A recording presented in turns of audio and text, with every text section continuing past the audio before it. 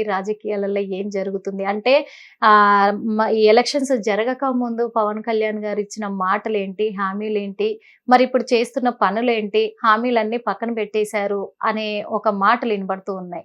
ఏంటి అసలు ఏం జరుగుతుందంటారు? అట్లేం లేదండి. మీరు తెలంగాణలో ఉండి చూస్తున్నారు కాబట్టి మీకు అలా అనిపిస్తుందేమో. ఏపీ ప్రజల్లో అయితే అలాంటి ఆలోచన లేదు. చాలా కూటమి ప్రభుత్వంలో చాలా సంతోషంగా ఉన్నారండి. రామరాజ్యంలో ఎలా అయితే సుభిక్షంగా ప్రజలు ఉన్నారో ఇవాళ కూటమి ప్రభుత్వంలో కూడా అలాగే ఉన్నారు. చాలా సంతోషంగా ఉన్నారు. తెలంగాణలో ఉన్న, ఏపీలో ఉన్న మీడియా అన్ని చోట్ల ఉంటది. అవును, మీడియా అన్ని చోట్ల ఉంటది, అన్ని విషయాలలో అలర్ట్ గా ఉంటది. ఎవరేం చేస్తున్నారు, ఎవరేం మాట్లాడుతున్నారు మీడియాకే ఫస్ట్ తెలుస్తుంది. ఖచ్చితంగా తెలుస్తుంది. అందుకే అడుగుతున్నాం. ఎందుకు అంటే మరి చాలా మంది కూడా అక్కడ ప్రజలే కావచ్చు, అంటే ప్రతిపక్షాల గురించి తెలియదేం లేదు, ఇటు స్వయపక్షాలు కూడా, అంటే ఆ పార్టీ నాయకులు కూడా, కార్యకర్తలు కూడా. ఇప్పుడు కార్యకర్తలే నాయకునికి బలం. వాస్తవంగా చెప్పాలంటే అది నిజమే కదా. ఏ పార్టీ నాయకులకైనా కార్యకర్తలే బలం ఫస్ట్, తర్వాత ప్రజలు. ఎందుకు అంటున్నాను ఈ మాట అంటే, నాకు తెలిసినంత వరకు కార్యకర్తలు నాయకుడికి బలంగా ఉండి ప్రజలకు సేవ చేస్తే ప్రజలు నాయకుడిని నమ్ముతారు. అంతే కదా. అలాంటిది ఎందుకు ఇలాంటి విమర్శలు వస్తున్నాయి? పవన్ కళ్యాణ్ గారు అప్పుడు ఇచ్చిన మాటలు ఏవి కూడా గుర్తులేవు. తను డిప్యూటీ సీఎం గా గెలిచిన తర్వాత, మేము గెలిపించిన తర్వాత అన్ని మర్చిపోయి రాజకీయంలోనే ఉండిపోయాడు, ఒక రాజకీయ నాయకుడిని అనిపించుకుంటున్నాడు అని చెప్పేసి అంటున్నారు. రాజకీయ నాయకుడు అని చెప్పి ఆయన ఎప్పుడు అనుకోలేదండి. ప్రజలకు సేవ చేసే మనిషిగానే ఉన్నారు ఇప్పటి వరకు కూడా. ఎప్పుడు ఆయన రాజకీయ నాయకుడిలాగా ప్రవర్తించలేదు కూడా. ఏం మర్చిపోయారండి? ఏ హామీలు ఇచ్చి మర్చిపోలేదు. ప్రజలకి ఆయన జీతాన్ని కూడా, ఫ్యామిలీకి ఇవ్వాల్సిన జీతాన్ని కూడా తీసుకొచ్చి ప్రజలకే పంచిపెడుతున్నారు. ఆయన శక్తికి మించి చేస్తున్నారు. ఆయన ఒక రాజకీయ నాయకుడు అయితే, నేను అధికారంలోకి వచ్చేసాను, 5 సంవత్సరాలు నాకు హ్యాపీగా నేను ఉండొచ్చు అని చెప్పేసి ప్రజల్ని విస్మరించవచ్చు. అలా ఏం జరగట్లేదు కదా. ఇవాళ కూడా జనసేన పార్టీ ఆఫీస్ దగ్గర జనవాణి జరుగుతూ ఉంటది. ఎందుకంటే ప్రజలు అన్ని నియోజకవర్గాలు, ఇప్పుడు డిప్యూటీ సీఎం అనో లేకపోతే ఆయన శాఖలకు సంబంధించి వాటి మీద కాదు, ప్రజా సమస్యలు ప్రతి ఒక్క దాని మీద కూడా అక్కడ నుండి వివరణ వెళ్తా ఉంటది. ప్రజలకు కానివ్వండి, అధికారులకు కానివ్వండి, తక్షణమే పనిచేయాలి. అక్కడ నుండి ఎమ్మెల్యే స్థాయి వ్యక్తులు, అక్కడ చైర్మన్లు, అలాంటి వాళ్ళు జనవాణిలో ఉంటారు. ఉండి ప్రజా సమస్యలు ఏ వచ్చినా సరే వెంటనే చేస్తారు. మరి ఇంకా అలాంటప్పుడు విమర్శలు ఎలా వస్తాయండి? విమర్శలు చేస్తున్నారంటే ఏదో వైసీపీ కార్యకర్తలు బురద జల్లే ప్రయత్నం తప్ప కూటమిలో ప్రజలు చాలా, అసలు ప్రతిపక్షం లేదండి. ప్రతిపక్షం, అధికార పక్షం అన్ని మేమే. అక్కడ ప్రతిపక్షం కూడా లేదు అసలు. జీరో. వైసీపీ లేదు. ప్రతిపక్షం హోదా ఎక్కడుందండి వాళ్ళకి? ప్రతిపక్ష హోదా లేదు కదా. అంతకు ముందేమో 2014లో ఎమ్మెల్యేగా గెలిచారు ఆయన, జగన్మోహన్ రెడ్డి గారు. నేను ముఖ్యమంత్రిని అయితేనే అసెంబ్లీలో ఉంటాను, లేకపోతే ఉండను అని చెప్పి రోడ్డు పట్టుకుని ముద్దుల యాత్ర చేసుకుంటూ తిరిగారు. మరి ఇవాళ కూడా కూటమి వచ్చింది. ఆయన నమ్మి కొంతమంది గెలిచిన వాళ్ళు ఉన్నారు, ఆయన నమ్మి ఓట్లేసిన ప్రజలు ఉన్నారు. వాళ్ళకి న్యాయం చేయకుండా ఇప్పుడు కూడా అదే తప్పు చేస్తున్నారు. అసెంబ్లీకి రాకుండా నేను లోపలే కూర్చుంటాను, తాడేపల్లి ప్యాలెస్ లోనే బయటికి రాను, లేదంటే వెళ్ళిపోయి ఎక్కడో ఉంటా, లోటస్ పాండ్. రాంబాబు గారు కూడా రాంబాబు అయితే కామెంట్ చేయడం కూడా జరిగింది, జగనన్నతో ఆట పులితో వేట పెట్టుకోవద్దు అని చెప్పేసి ఒక వార్నింగ్ కూడా ఇస్తున్నాడు. పవన్ కళ్యాణ్ అనవసరంగా జగన్మోహన్ రెడ్డి గారితో పెట్టుకుంటున్నాడు, అంటే ఇప్పుడు కామ్గా ఉన్నాం కదా, అంటే సైలెంట్ గా ఉన్నాం కదా అని చెప్పేసి నీకు ఇష్టం వచ్చినట్టు రెచ్చిపోతున్నావు, ఒక్కసారి విజృంభించామంటే ఆ తాకిడికి నువ్వు తట్టుకోలేవు అని చెప్పేసి కొన్ని వార్నింగ్లు ఇస్తూ ఉన్నారు. దీనికి ఏం చెప్తారు? ఆయన వార్నింగ్లు ఇవ్వడం ఏం లేదండి, మేకపోతు గాంభీర్యాన్ని ప్రదర్శిస్తున్నారు. పవన్ కళ్యాణ్ గారే చెప్పారు కదా, ఫ్యాక్షనిస్టులకి కనుక మీరు పట్టం కడితే ఎలా ఉంటది చూస్తారు అని 2019 ఎలక్షన్ ముందు బహిరంగ సభలలో చెప్పారు. అయినా కూడా ప్రజలు నమ్మి అతనికి ఓట్లు వేశారు.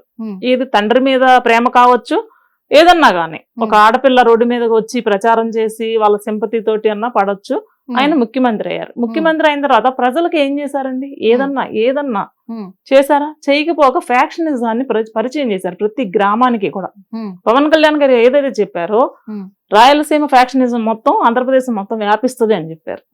దాన్ని నిజంగానే పరిచయం చేశాడు ఈయన. మరి వాళ్ళు అంటే భయపెడుతున్నారు అనమాట. మళ్ళీ మిమ్మల్ని ఏదో చేయబోతున్నాం అని చెప్పి భయపెడుతున్నారు. భయపెడితే భయపడటానికి అక్కడ ఉన్నది జగన్మోహన్ రెడ్డి కాదండి, పవన్ కళ్యాణ్. అక్కడ బోర్డర్ లో సైనికులు ఏ రకంగా అయితే గుండె ధైర్యంతో నిలబడతారో అటువంటి వ్యక్తి. జన సైనికులు కూడా ప్రాణాలకు తెగించి నిలబడ్డాం మేము. సామాన్యమైన మహిళలు, మాకేమి వెనకాల రాజకీయ బ్యాక్గ్రౌండ్ లేవు, కోట్ల రూపాయల ఆస్తులు లేవు, మీరు ఏదో లాక్కుంటారనో లేకపోతే భయపడటానికి. ప్రాణాలకు కూడా భయపడనటువంటి వ్యక్తులు పవన్ కళ్యాణ్ గారితో వాళ్ళు ప్రయాణం చేస్తున్నారు. మీరు ఎవరిని భయపెడతారండి? ఉమ్, అవన్నీ వాళ్ళు భయపడేటువంటివి అన్నమాట. ఉమ్, మమ్మల్ని తీసుకెళ్లి ఏ జైళ్లలో పెడతారో అనేటువంటి భయాన్ని, మేకపోతే గాంభీర్యాన్ని ప్రదర్శిస్తూ ఉమ్, ఆయన అటువంటి చేస్తున్న వ్యాఖ్యలే తప్ప ఏమీ లేదు. అంటే అందరినీ లైన్ లో తీసుకెళ్తున్నారు కదా, నన్ను తీసుకెళ్లలేదు, నేను ఉన్నాను ముందని చెప్పి చెప్తున్నాడు ఆయన. అంటే వాళ్ళు అంటున్నారు కూడా, మరి వైసీపీ నేతలు అయితే అంటున్నారు, ఎందుకంటే ఎలక్షన్స్ ముందు జరిగిన మాటలన్నీ దృష్టిలో పెట్టుకొని ఇప్పుడు ప్రతీకారం తీర్చుకుంటున్నారు, అందుకే అరెస్ట్ల పర్వం జరుగుతూ ఉంది, అంటే వాళ్ళ ఈగో సాటిస్ఫాక్షన్ కోసం ఇవన్నీ చేస్తున్నారు అని అంటున్నారు. ఇది ఈగో సాటిస్ఫాక్షన్ అంటేనండి వాళ్ళకి అలవాటు, అది కక్ష సాధింపు ధోరణి అనేది వాళ్ళకి అలవాటు. ఉమ్, వాళ్ళకి తల్లి చెల్లి లేకపోతే చిన్నాన్న పెదనాన్న ఇలాంటి వైషమ్యాలు ఉండవు. ఉమ్, శవ రాజకీయాలకి పుట్టిల్లు వైఎస్ఆర్సీపీ పార్టీ. ఉమ్, ఎక్కడైనా ఒక శవం లేచింది అంటే అక్కడికి వెళ్తారు. ఉమ్, ఏమండి ఎలా చనిపోయారు, ఉమ్. బాగా మన చనిపోయారు. మురళీ నాయక్ ఇంటికి వెళ్ళి ఆ, చేసినవి అంటారా? ఎక్కడైనా సరే, ఒక మురళీ నాయక్ గారు ఇల్లే కాదండి, ఎక్కడ ఎవరైనా మనం విషాద సంఘటన జరిగినప్పుడు పరామర్శించే అంటే ఒక ఓదార్పు కావాలి ఆ కుటుంబానికి. ఉమ్, ఒక అన్న వచ్చాడనో లేకపోతే ఆత్మీయులు వచ్చారన్నటువంటి భరోసా కలగాలి. ఉమ్, అలా కాకుండా ముసిముసి నవ్వులు నవ్వుకుంటూ బాగా చనిపోయారా, బాగా దోపిడీకి గురయ్యారా ఇలా పలకరిస్తారు ఆయన. దానిలోనే మనం అక్కడ సంస్కారం ఏంటనేది అర్థం అవుతుంది. ఉమ్, పవన్ కళ్యాణ్ గారు అధికారంలో లేనప్పుడు కూడా, ఉమ్, ఇప్పుడు అధికారం వచ్చి ఉండొచ్చు, ఈ 10 సంవత్సరాల్లో ఎప్పుడు అధికారం లేదు కదండి, కనీసం వార్డు మెంబర్ కూడా లేరు మాకు. ఉమ్, మాకు గెలిచినటువంటి ఒక ఎమ్మెల్యేని కూడా వాళ్ళే లాక్కున్నారు. ఉమ్, అయినా కూడా ఎక్కడా తగ్గలేదు ఆయన. ప్రజాసేవలో తగ్గలేదు, ప్రతిపక్షాన్ని ప్రశ్నించడంలో తగ్గలేదు. ఇవాళ ప్రతిపక్ష హోదా అని మీరు అంటున్నారు, వాళ్ళకి ప్రతిపక్ష హోదా లేదు, ఉమ్, బట్ ప్రశ్నించే హోదాలో వాళ్ళు ఉన్నారు. ఉమ్, ఎందుకు ప్రశ్నించలేకపోతున్నారు? ఉమ్, వాళ్ళు ప్రశ్నించే అవకాశం లేకుండా కూటమి వాళ్ళ పరిపాలన చేస్తుంది. ఉమ్. అలాంటప్పుడు ఇంకా వాళ్ళు విమర్శించడానికి ఏముంటదండి? అది హిట్ టీవీ యాప్, ఇందులో short news, live news, entertainment shows, movies, digital magazines తో పాటు మీ జిల్లా వార్తలను కూడా ఫ్రీగా చూడొచ్చు. ఇంకెందుకు ఆలస్యం, వెంటనే హిట్ టీవీ యాప్ ని డౌన్లోడ్ చేసుకుని ఫ్రీగా ఎంటర్టైన్మెంట్ పొందండి. Hit TV app. Hit TV app. Please download Hit TV app. Hit TV యాప్ని ఫ్రీగా డౌన్లోడ్ చేసుకొని ఎంజాయ్ చేయండి. మీకు నచ్చిన ఎంటర్టైన్మెంట్ కోసం హిట్ టీవీ యాప్ ని ఫ్రీగా డౌన్లోడ్ చేసుకుని ఎంజాయ్ చేయండి. హిట్ టీవీ యాప్ని డౌన్లోడ్ చేసుకుని ఆస్వాదించండి, ఆశీర్వదించండి. ఇంతమంది సెలబ్రిటీలు హిట్ టీవీ యాప్ ని డౌన్లోడ్ చేసుకోండి అని చెప్తున్నారంటే ఎంత మంచి యాప్ ఆలోచించండి. అమెరికా అమెరికా అమెరికా అమెరికాలో చదవాలనుకునే వాళ్ళకి విశ్వసనీయమైన పేరు మన శౌర్య consultancy. UK Law 1 Year Masters. UK Law 1 Year Masters. 2 years work permit up to 5 years visa. Contact Saurya Consultancy. Contact 89851 89851.